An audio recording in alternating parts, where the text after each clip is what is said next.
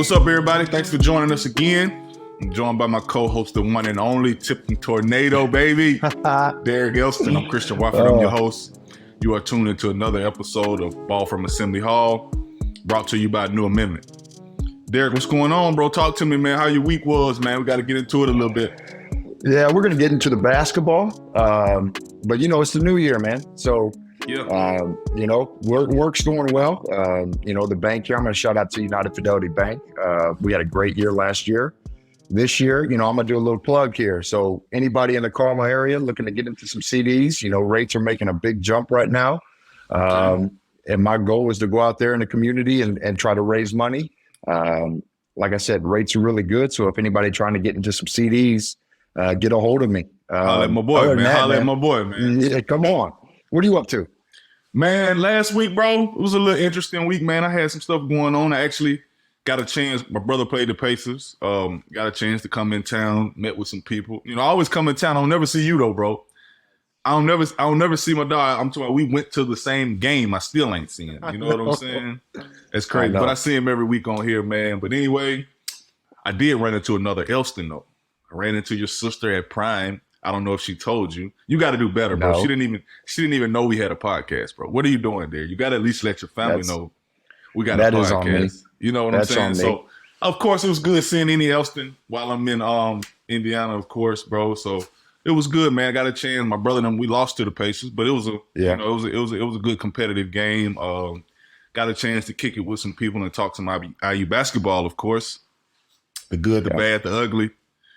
You know what I'm saying? We know a couple of people of the same people that's been talking a little crazy about IU basketball, man. So, it's just what come with it, I guess, bro.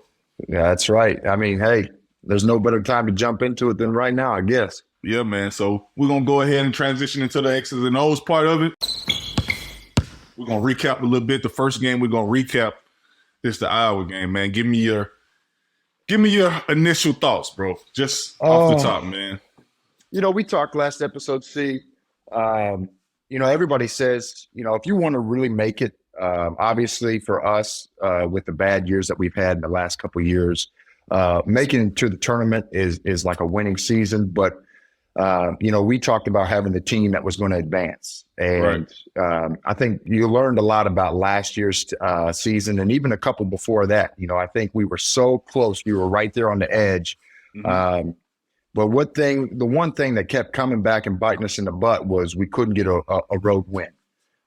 We couldn't take care of business on the road. And with the team that we had, that we have currently, you look at the Iowa squad and they've got Murray, they've got a couple veterans, but you just thought that this was going to be dominant for Indiana. And, dominant on the road is to win by, 5, 6, 8, 10. Yeah. I mean, that's really, you really, in the Big Ten, that's where you really get them. The fact that we started out so hot the way we did, man. Obviously, some bad news coming out of the Hoosier camp with race going down indefinitely. Talking about that one. That one sting right there, bro. Yeah. I mean, no one sees that coming. Had like 10 points in 6, 7, 8 minutes. Came out playing together, bro. They was killing. Him, Trace, Jalen. That trio right there was on fire. A little bit of me, my personal opinion, a little bit of me thought that we may have taken our foot off the pedal a little bit when we subbed, put in some guys, a couple that come to mind, Jordan Geronimo. He kind of went out there, had a couple really, really bad turnovers. We were bad on defense. And then it was kind of shocking. Iowa goes to a 2-3 zone and it's almost like we don't know what to do. That hurt us. Shout out to Fran for making that adjustment, man. That was a huge adjustment down the stretch, bro. We got a little complacent, man. We couldn't figure out how to score out of that zone, bro, and it just had us just real stagnant, man. We couldn't do nothing. I know like I said, bro, we missed race, bro, but these young guys, bro, they're gonna have to step up fast and quick. Because you know how it go, bro. You lose one, you start losing again. You forget how to win. It gets in your head. You start seeing, you know what I'm saying? It's just, you start reading the headlines and everybody's talking about you losing and stuff. And it just becomes a a snowball effect that keeps us losing more and more and more, man. So we blew a 21-point lead, bro. As you know, it was early, but we still blew a 21-point lead, man. And that's what I'm saying too. That's what, when you have that 20-point lead, 21-point lead, and you don't have the thing was we didn't have anybody in foul trouble. Right. And these guys are young. See, yeah, I mean, we would They're run young, up and down. So there's no reason not to keep those guys in there and go up by 30 and a half. There's no reason. We had everything clicking for us. That trio was on fire. Obviously, you lose Race. You have to sub. Malik Renew really didn't give us anything, which was kind of surprising. Now, granted to Iowa, they made some big shots. And you shout out to Fran. Last week, I gave a shout out to Fran because him as a person, a really good dude, but man, we're gonna get into Fran. I saw some bad. I got to get on Fran a little bit. I saw some bad Fran, but I was just talking about the in-game adjustment to jump zone on us. That was positive for him. As far as and that's a bad look, man, right? But, and we said this last week on the podcast. Like now, it's out there, right? So that's the one thing Coach Crean used to always say. Anytime he would critique us to the nth amount. And he would say, you have to because it's out there now on film and everybody can get their hands on it. So the fact that we just kind of gave the scenario, the method on how to beat Indiana, I don't think other teams have quite as good of a 2-3 zone. I don't know if they need it now because I didn't think that 2-3 zone was anything special, but it just goes to show that Indiana struggles against the 2-3 zone. Right, for sure. All right. Obviously, you have Race. That's a big component in there. Throw him in the middle with Trace at the bottom. That's but huge. Still, it's like, you got Malik Renew, who is a dominant freshman, a guy who can come in and he has no fear. He's played that way all year. He goes out there and doesn't really give us that Malik that he's given us all season long. And, just silly mistakes, man, turning the ball over. And again, as much as it hurts me to say, you got to give Iowa credit because they made every big shot that they could. One thing I do give Iowa credit on, bro, they made free throws down the stretch. You know how hard it is to win on the road, bro. One thing you have to do is make free throws, and you have to rebound them, bro. I know we lost the free throw game. We missed a lot of free throws down the stretch, bro. And I don't know. I think they beat us on the glass, maybe by 1 or 2. But you want to compete on the glass, definitely on the road, man. And that's unfortunate, but. Come on, bro. They're going to take away the Tech, bro. Come on. Bro. You believe that? That's one thing I wanted to talk about, too. Frank, come on, bro. How is these referees going to take away a Tech, bro? He's all the way past half court, over on our section, and they still, they give him a Tech, but they resend it. I've never heard of that, bro. Never. That's what I was going to ask you. Have you ever watched basketball seen someone take away a Tech, bro? And you know what that shows me, bro? I don't know what it is, but it shows me that the referees don't really respect Woody like that. Like I think he should. Maybe he just doesn't be on them hard enough. I know everybody thinks Woody should be riding the referees, in their ear constantly, just like Fran was. He was doing that. He was whining. Eventually they got, bro, down the stretch, I think they got every call. Every time they went to the basket, something happened. Yes. We fouled them, they scored. Something, you know what I'm saying? It's almost hard, like we just can't play defense, bro. But I ain't never seen nobody resend the Tech, bro. That's come on, bro. My problem with taking the technical away, and I don't necessarily know if it was necessarily technical. Obviously, that's a terrible look, and Woody got on him post game. I think he's still getting on him. It's still too late. I know. Here's my issue with it. When you are in game, I think the scenario. I don't know the score. I know it was pretty mid first half. We made 2 free throws. Jordan Geronimo grabs the ball out of the rim and throws it to the referee. Technical, delay a game. Right. And to your point, Fran comes across half court, gets into our huddle, starts running his mouth to Ya. Ya kind of gives him a little word. As he should. He's on the outside. As they should. As he should. As they should. They back Fran off, and then here comes his son across half court. They got to pull him back. There wasn't a delay a game. Come on, bro.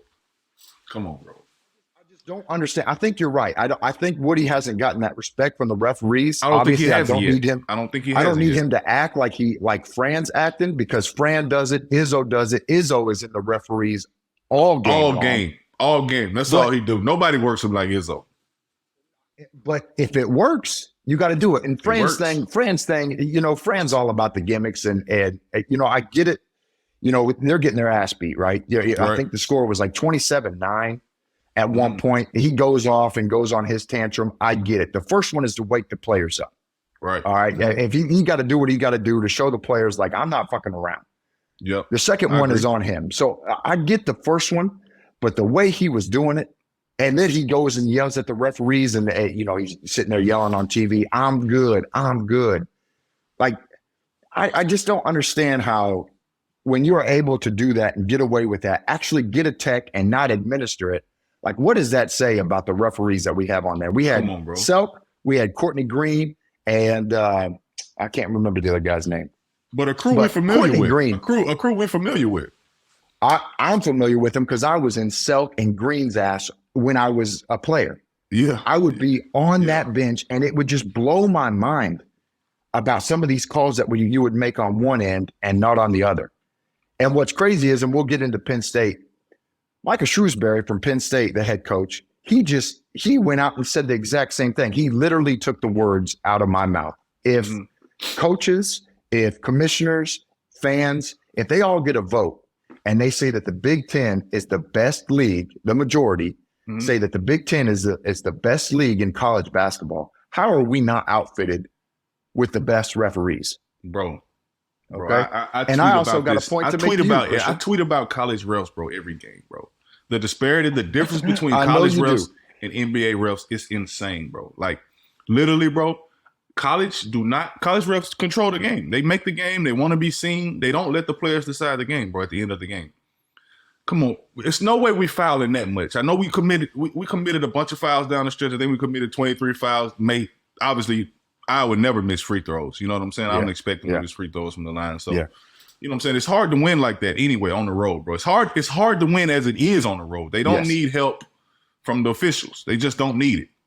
And I think they got a lot of home cooking, man. But I think a lot of it got to do with just the respect of Woody. I'm not saying they don't respect him, but he hasn't gained, like, you know what I'm saying? I don't say that. I mean, I don't want to say they disrespect him, but he hasn't gained their respect, bro. Right. From the referees. You know what I'm saying? And I want to preface this by saying, like, I don't think the game was on the line with the referees. I don't think they blew the game for us. I know there was a couple homer calls that, might have got away from us. But at the end of the day, to your point, see, like, Trace missed some huge free throws down the stretch. No doubt. Huge free throws. And we had we were terrible on defense in the second half. Didn't make shots. Didn't make shots that we needed to. So I just thought that probably had a little bit to do with the outcome. But at the end of the day, that 2-3 zone, man, that just ate us alive. Yeah, it did. It did. I like the play we drew up when we screened it and we was able to get Jalen downhill. He just couldn't.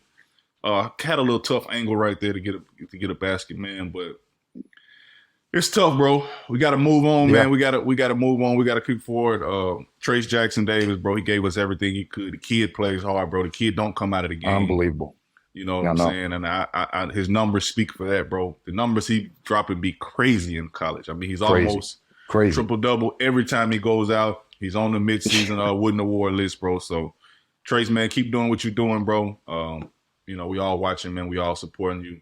Real Hoosiers supporting Absolutely. You, Give a shout out to Jalen Hood-Schifino, man. I don't know. Maybe Vic. Vic is probably the one guy that comes to mind, but a guy who is just progressing, trending in the right direction game after game. And my man went for 21 against Iowa and 33 against Northwestern. Right. Like, no doubt. This dude, you talk about a guy who's taken full advantage of the opportunity in front of him. Bro, my he has man. Yes.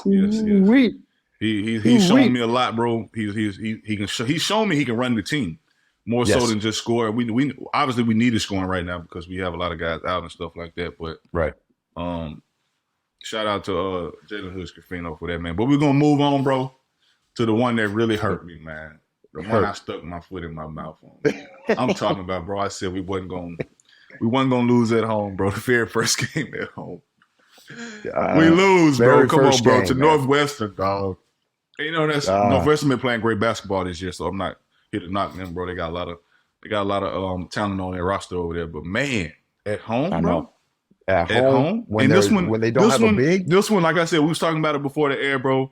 This one seemed like on the scoreboard it was close, bro.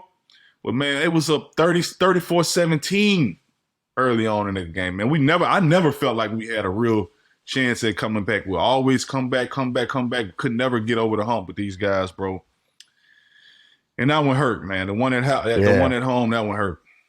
That's my problem with that game, C, is I get it. You know, we're down Xavier, we're down Race. You know, for anybody else in the Big Ten, I think if you lose two main guys, you just throw the season away. For sure. And kind of say we gotta play with what we got. And you know not what? Here, not here. We have too many guys on our roster. You know, I've said it, we're 8 deep, but we can probably comfortably, I don't know if comfortably is the right word, but we're okay playing 10.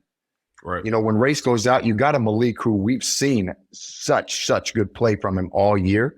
Mm-hmm. So, like, it almost felt like, and I've said this a couple of times to a couple of people, like, it almost felt like we came out in that game, like, hoping for some pity. Man, come on, bro. This is there was no energy. You know, you got 17,000 behind you that are ready, like, okay, we saw what happened to Iowa. Let's make it up here. Let's absolutely blow these dudes out of the water. And, you know, we got Penn State coming up. You know, we've got an okay schedule in the beginning of the season coming up. Like, we can get some wins. And then to come out flat like that against Northwestern, that doesn't make any sense. It just don't make no sense to me. To turn the ball over like we did, bro, at home. Turn the ball over, my bro. Goodness. It scored like at one point. It was like 23-0 on points off turnovers, bro. They killed us on turnovers. They killed us on turnovers. We cannot win games like that, bro. You don't want to like turnovers. Just give the opposing team more confidence on the road, bro. Like, and we gave it to them. Yeah. But man, you know how this is, Derek. We lost. We was losing our first 2 years, bro. Nobody felt sorry for us, bro. No matter what we was going through, people hurt. People don't care, bro. The fans don't care. The Hoosiers don't. Nobody care. Like, people gotta grow up, bro. Geronimo, Malik, we need you, bro. This is y'all time. Y'all no longer. We probably almost halfway in the season, if not over half. You're no longer freshmen, bro. We need you. You know what I'm saying? At this point. But here's my problem. See, you're pointing out guys that is true. You know, we need Jordan Geronimo. We need Malik. We need, you know, CJ Gunn's got a chance to be really good for Indiana. Does. I like him. I like when he came in. I like when he came in. He gave us a little spark, bro. I like he's not scary. That's what I do like. Yes, exactly. My problem is we've got some older guys that, like, I want to put a little scenario in your head. You leave Indiana, all right? After the first 2 years that we had shit tank seasons, you leave Indiana. We out of there. Out of there. Thought about it. I know you did. Thought about it. So you go to a team and you've got Indiana on the schedule. Right. What is your mindset? You're going for 30. You're going to try to. Of course. Miller Kopp playing against his former team. I'm going for 30. I think he put. Come on. Try to. That's your mindset. Like, watch this. Watch this. What? You get 2 attempts up? Kill these dudes. You get 2 attempts up. 2 attempts. Yeah, I've never seen that where a guy plays so many minutes and is just, I mean, my God, you put the guy, we switch 1 through 4, and when Boo Booey gets on Miller Kopp, he just starts laughing. He literally lays the ball up, and as he's running down the floor, they got it on replay. He's just laughing. He's seen that a lot, Derek. He must have seen something in practice back in those, last year. He had to see something, man. This is like when I was on the coaching staff, we used to pay a couple guys. We used to do like a little king of the court 2-on-2, especially when guys would come back overseas.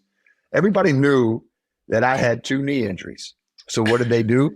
They attacked that knee, and there was nothing I could do about it. That's what they saw. Speaking of that, I seen like a Trinity probably was in the 10th grade. You guys played 1-on-1. You remember that?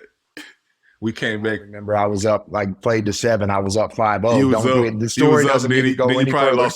You lost like 7-5, but we'll talk about that's another story, man. You know what I'm saying? Yeah, we don't need to go there.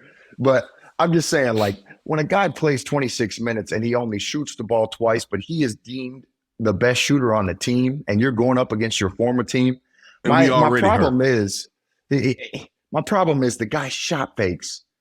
And you've got a staff out there that is now our boy, Jordan's on staff, and that dude, you could throw the ball 10 feet over his head. He would run down the ball. He would throw it up from wherever he was in Cook Hall, and it would go in. Right. You have to utilize what you have on this staff. And everybody right now, you look on Twitter, and everybody's just killing Woody. They're killing the assistants, which is just ridiculous. It's ridiculous. It's ridiculous. I think as a player, and especially a guy like Miller Kopp, who is a sharpshooter, we all know he can shoot the ball. But like, get in the gym with Jordan. Learn how to get your feet set and just be ready to rattle them off. Because if you don't shoot, it's almost like a turnover. Yeah, he has like to. We need that guy. We need that guy to make at least 3 or 4 threes a game. Especially with the attention that Trace commands in the paint. We get in rotation. He has to stop. You just got to let it go. We used to tell Jordan the same thing. You just got to let it go, bro. Yeah. When you got a clip like that, man, we got to use it. We got to find more ways. I mean, I know the coaching staff want to find more ways to get him shots, bro, but he got to be locked and loaded and ready to go. Got to be. And, going back to the Iowa game, man, I'd never seen a guy shot fake the ball so much.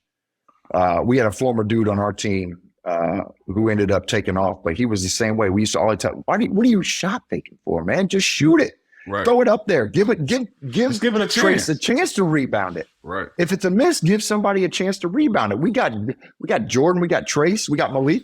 Mm-hmm. We'll go and get the ball. We will. You're not going to shoot, man. That's really, really bad for this team. It's really bad for us, especially right now, bro. We're going to need this. We're going to need this going forward.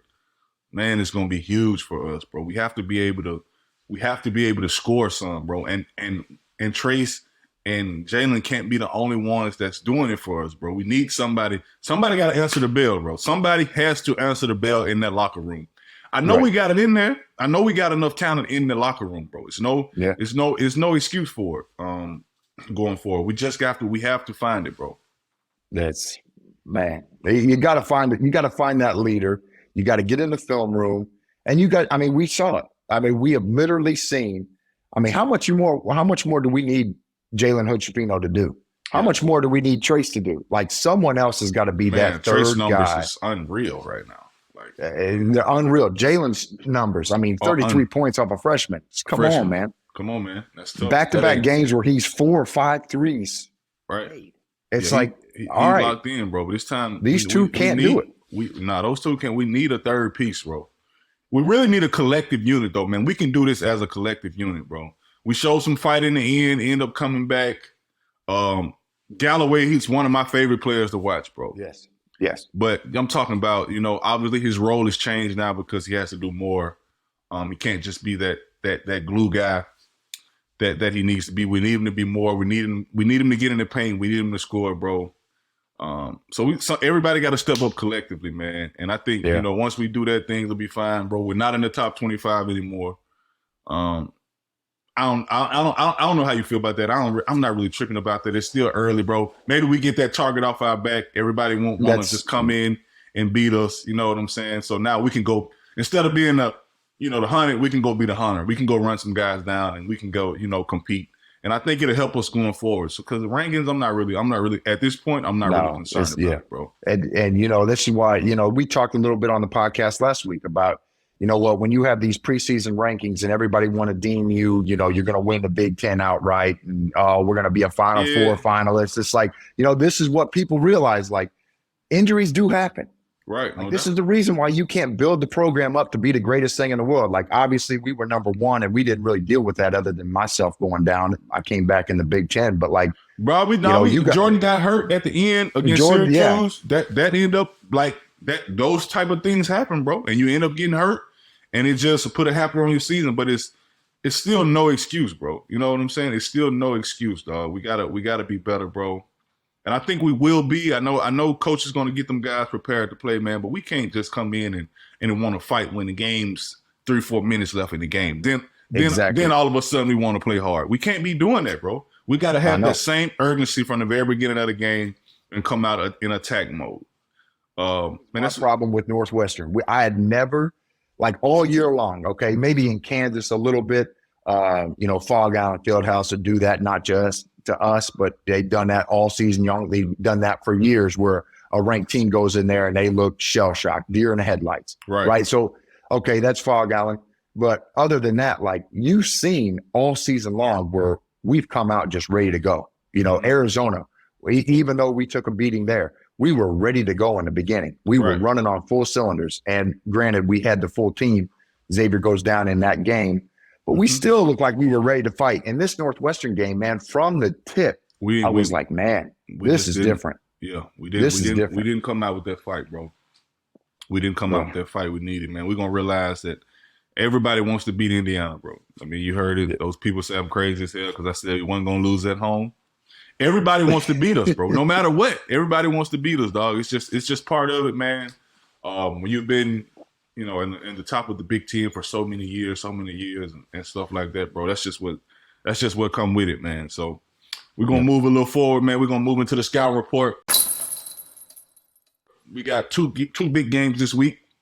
We need to finish 2-0, man. I know, honestly, yeah. Honestly, we do, man. We got Penn State coming up, and then we got Wisconsin. I'm gonna talk a little bit about Penn State, just because Micah, when I was had a little coffee with the Celtics, had a little cup of coffee with the Celtics. He was there, great dude, bro.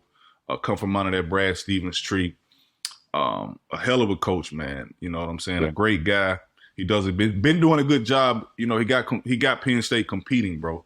And this is not going to be an easy game. They're coming off a loss to Purdue. Not.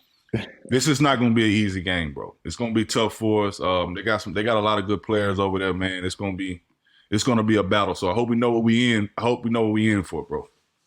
That's my problem. The one thing that scares me, you know, they don't have the big dude anymore who graduated. Yeah. But they're a three-headed monster. And, you know, after what I saw from Northwestern with the guards making shots, you know, that's all Penn State is. Penn State is going to go down as shooting the most threes in the season, bar none. Right. They're going to put them up there at a high clip. And you know how it is, see, when you make that first one, that bucket gets huge. It's huge. Huge. It's huge. And we on the road. So, yeah. And we're on the road. So it don't be that many people in there. It don't be that many people in there, but it'll get loud in there when it's time now. If they're starting to come back and they winning the game, it'll get loud in there, bro. That arena's huge. That's it. You got a lot of guys going to be looking at Seth Lundy, you know, absolute sharpshooter, and that's really all they have. You know, I think they've got a three-headed monster. They got Jalen Pickett's good, bro. He leads them. No, Pickett's great. Pickett's a monster, bro. And I'm talking about he's a grown man. Like I had a chance to watch him, bro. He leads them in everything. Points, rebound, and assists. He's a dog. Yes. He's a dog. 6'4" dog. And he's out there with two other guys around him who are absolutely throw it up wherever they're at. Mm-hmm. And so we got to come out and play defense in this one. And we have to come out and play defense, which really scares me. Yep. So, no doubt. You know, if we do this whole, man, we're down 2 players, we're going to get run out of that gym. We're going to get ran out of the gym, bro. We're going to get ran out of the gym. This is a big opportunity, bro. Like, this is a big moment in our season. Like, this game is huge for us, bro. We're 0-2. We have to get back to winning, man, because before that losing spirit sets in, bro. And you know how hard it is when that spirit set in. It just makes everything harder, bro. You feel like you just can't win a game. You start losing close games. And it's just, like I said earlier, it's a snowball effect, bro. So we got to get this corrected, man. We got to come in ready to play. Just come in ready to fight, no matter what, man. Just come in ready to fight, bro. If we do that, I feel like we'll get the nod at the end and we'll be right where we need to be. But we can't come out feeling sorry for ourselves, bro. It's not going to work. If we do that, it ain't going to work. And that's what, you know, this is going to be a good game for Trace. You know, I have a feeling, obviously, you know, I saw Penn State play Purdue. You know, they're going to trap Trace. They trapped Edey the whole game. They're going to trap Trace. So this is another one where, you know, I don't know if this is necessarily a shooter's gym, but this is a gym where, you know, you can make shots in there. Absolutely. You can make shots in there. You can make shots in there. Now, like you said, you know, hopefully it's as bleak as we used to have it. Hopefully. You know, they got the banners up at the top. You know, they like to pull that black curtain down. That black curtain, man, that arena's huge.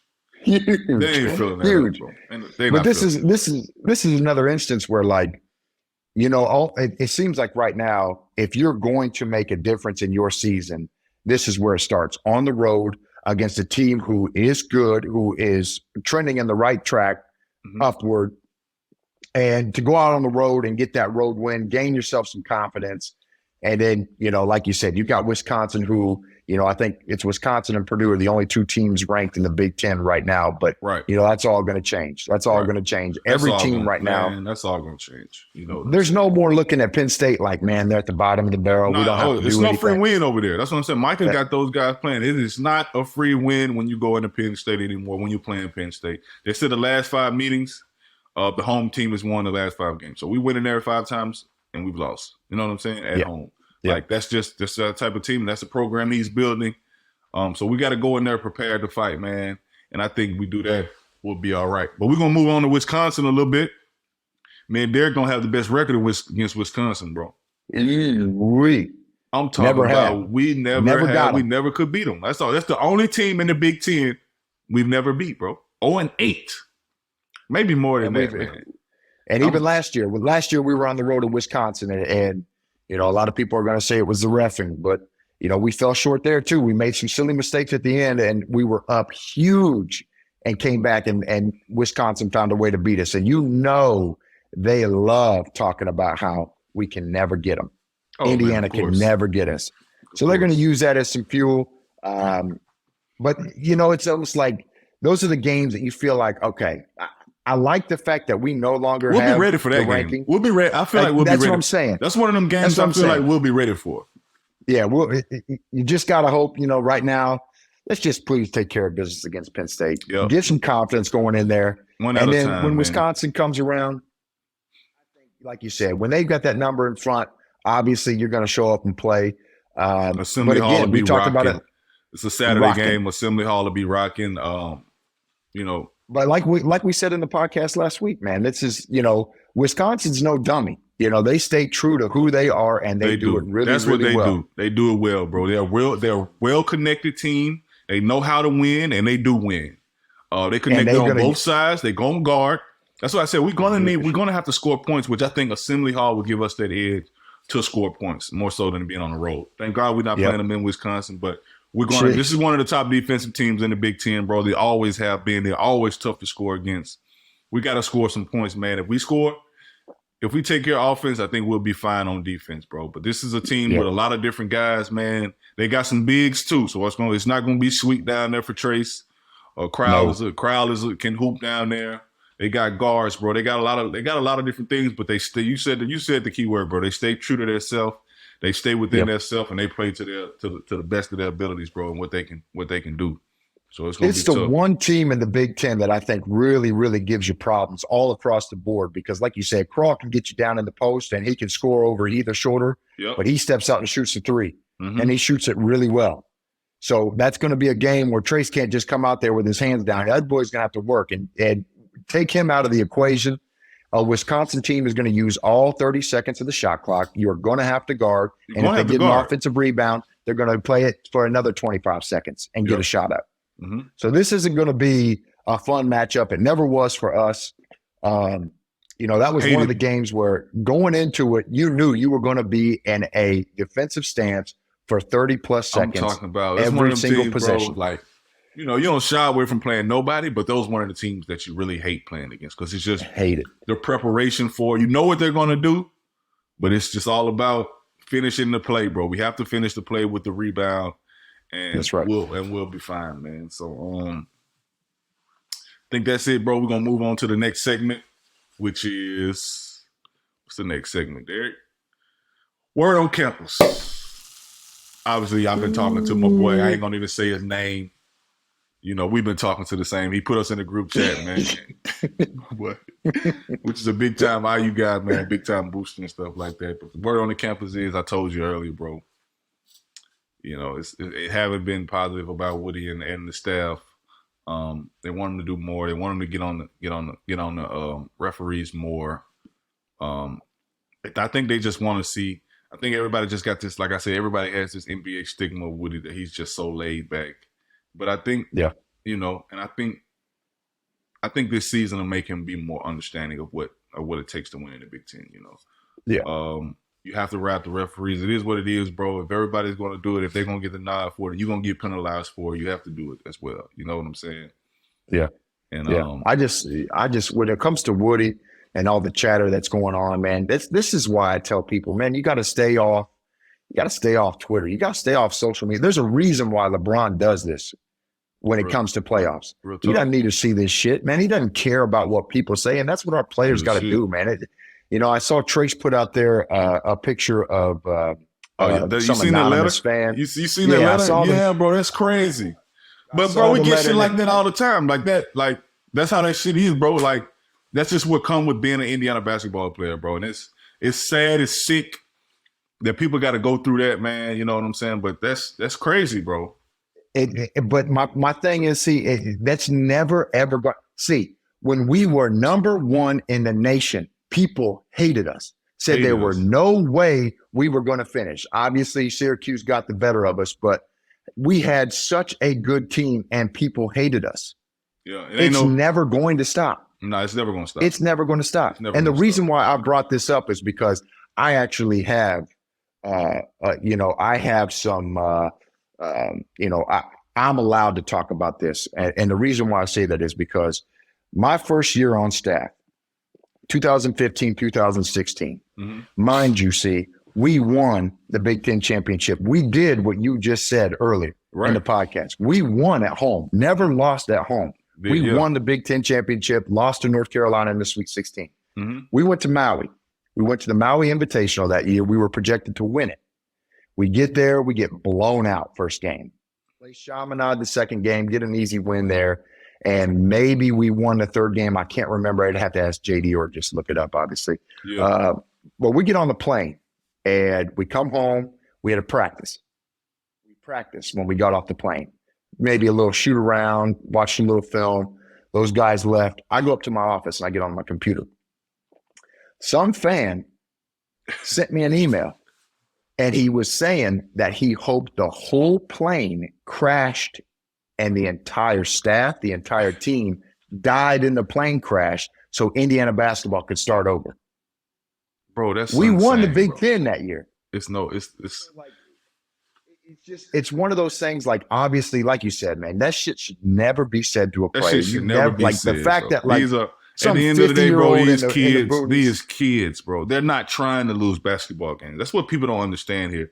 Kids are not trying to lose basketball games. They want to win. You think they don't want to win? Right. Like, man, so, these are some kids, bro. At the end of the day, like this is not. They shouldn't have to deal with this, bro. With those type of things. You know what I'm saying? Like some stuff should be off limits, bro. But social media gives everybody a platform, bro, to say whatever they want to say. You know what I'm saying? And if you don't pull together in your locker room and really realize that it's all about the guys that's in there. Nobody else matters, bro. Nobody else matters. And I think once you just lock into that, whether you got to cut your phone off, like stuff like that, like, you know, I'm one of those guys that may bother some people. I'm one of those guys where I just kind of brush that shit off. Like, I don't really, man, fuck this shit. Like, you know what I'm saying? I'm one of those type of guys. Right. But different strokes for different people, bro. You know what I'm saying? Some people that might really affect, and you know what I'm saying, may not be able to deal. If you're one of those people, bro, just stay off your phone with IU basketball, because people gonna say ignorant stuff, bro. It don't get people say ignorant stuff, dog. Like I said, I really like get a chance to really hear that shit now, because like I go to games, I sit in the stands now. You know what I'm saying? Yeah. You hear just the crazy shit people saying, bro. Crazy. Like, you be like, what the fuck? Yeah. You know what I'm saying? And the people that really have no idea what the time that goes into it. You know what I'm saying? Like, these guys are not trying to do this, bro. You know what I'm saying? So yeah, it is. It's disappointing as a fan, coming from that fan base, being a player, coach, obviously, when you hear that stuff. But, you know, I think it was Archie, when we was maybe the second year on staff. Archie said, he grabbed the team together. They were shitting on us. And he said, you wouldn't believe the people who are saying this. Like, the people that are saying this are out in the boonies somewhere with two front teeth missing. For 100%, bro. Right. So you're taking what someone like that says to you, and you're taking it to heart. Like, you can go out there and drop 30 and someone's going to say you're terrible. You like a Trace, you know, you hear Trace drops 30 points. Oh, he still doesn't have a right hand. It's like, come on, man. Like, what are you talking about, bro? That's what I'm saying. Yeah. Like, that man had 24 rebounds, bro. Y'all still talking about, well, he can't shoot the ball. Like, bro, who cares? Yeah. If I can get 30 in 18 and 8, who cares? Like, you know what I'm saying? Shooting the basketball, bro. But, right. You know, you're going to deal with that, man. Hopefully our guys will be able to just lock in and just tune it out, bro. You know what I'm saying? That's one thing. Like, I don't miss a lot of stuff about, you know, obviously the practices and everything, bro, but I miss the camaraderie and the chemistry we had because we stuck together through it all, bro. No matter what. Yeah, I know it.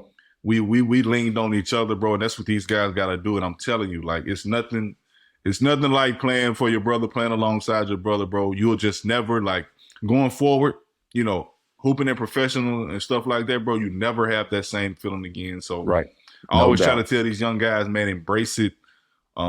That's just what come with it, bro. Like you'll be playing in fucking Uruguay somewhere and don't nobody care about you. You know what I'm saying? So you got to take it all with a grain of salt, man, and just keep going forward. Yep. I think Verdell said it best our junior year. I'll never forget when we were huddled up in the locker room, and he even said, you know, fuck the coaches. Right, real shit. Everybody just sitting in these chairs right here that matters. Yep. If a guy chews your ass out, he does because you guys are fighting for the same thing. Mm-hmm. All that outside noise, man, that's all it is. It's white noise. It should go one in there, out the other. Right. Like, back to the letter, like, there's got to be somebody in the office that, like, I don't know how that letter even got to Trace. I don't know who would even let him read that. Do they proofread that shit? I don't think so. I mean, they can't, because there's no way you would hand that thing to him. But that, like, that's to our point, man, that shit doesn't matter. That shit don't matter. Like, don't ain't nobody finna come say it to you. Ain't nobody finna come say it to your face, bro. Right. So just play for each other in the room, in the locker room, and at the end of the day, that's it, man. That's all that matters. No doubt, man. So we out, man. Appreciate you guys tuning into another episode, Ball from Assembly Hall. Hope you guys enjoyed the podcast. We'll see you guys next week, man. And you guys have a good day. And shout out to my boy Derek, man. We good. Shout out, C. Shout out, bro. Good to see you, bro. For sure, always. Beyond the Big Ten is a network of podcasts that aims to be your go-to resource for all things Big Ten. We cover the entire conference with shows hosted by ex-players and athletic alumni, aiming to be your go-to source of information and entertainment for your favorite team. Hosted by ex-Big Ten players, media, and insiders, our podcasts are focused on giving diehard fans and those alums an inside scoop about the teams and people that make the Big Ten Conference one of the most watched and most talked about conferences in sports. We're excited to talk Big Ten basketball with you wherever you may be. Subscribe now.